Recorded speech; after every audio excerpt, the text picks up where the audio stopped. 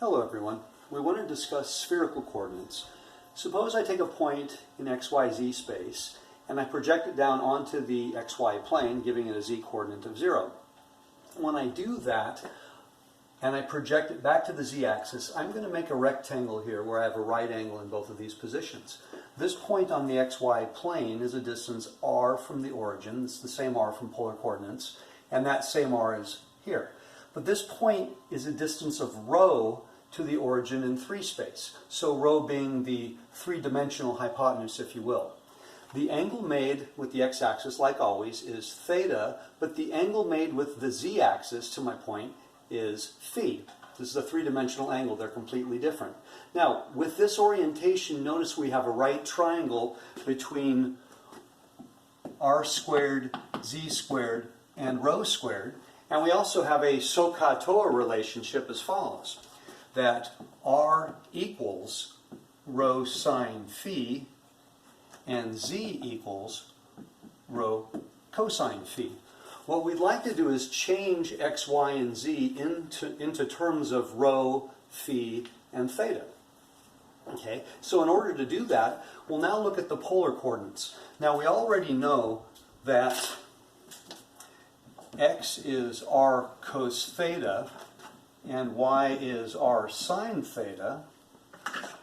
But if we replace r with rho sine phi, then that gives us x is rho sine phi cos theta, y is rho sine phi sine theta. And now we've expressed x and y and z in terms of rho, phi, and theta. Now the restrictions here, we'll notice, x squared plus y squared plus z squared is rho squared, which we recognize as the equation of a sphere centered at the origin with radius rho.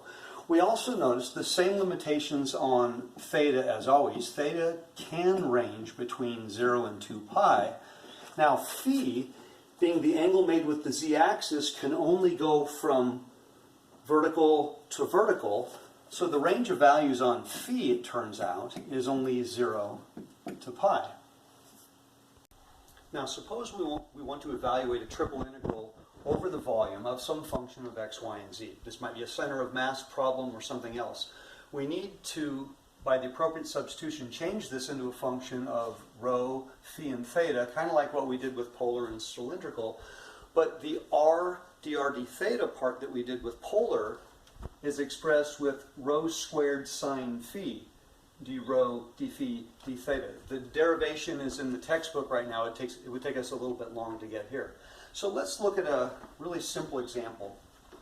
I have a sphere centered at the origin, and I want to cut out of this sphere a cone. So think of this as an ice cream cone. So I don't want it just a regular circular cone. I want the circular cone with the ice cream portion on top. So let's suppose that the sphere is x squared plus y squared plus z squared equals its radius squared. And the cone is z squared equals x squared plus y squared. We would like to set up the triple integral in order to find the volume of this cone here with the ice cream on top. Now continuing, in my picture, notice that rho is going to range from 0 to the outer edge of the circle. That means it's going to range from 0 to a. Phi is going to go from the vertical 45 degrees in this cone. And theta is going to go all the way around, so it's going to range from 0 to 2 pi. So when I set up my limits of integration, which traditionally we're going to go rho, phi, theta in that order. Theta ranges from 0 to 2 pi, phi from 0 to pi over 4, rho from 0 to a. And then I have my integrand of rho squared sine phi. So integrating with respect to rho,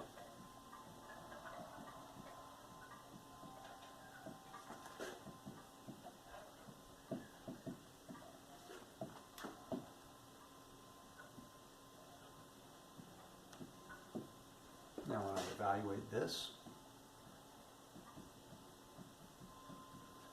I have 1/3 a cubed sine phi d phi d theta. Now one of the things I want to point out is Phi and theta are different, so you want to make sure you're distinguishing them when you actually write them. Now when I integrate with respect to the phi, I will get negative a third a cubed cosine phi from 0 to pi over 4. And when I evaluate that, let's see, that will give me negative a third a cubed times the cosine of pi over 4 minus the cosine of 0 d theta. But that being one constant means my final answer is just this quantity times 2 pi.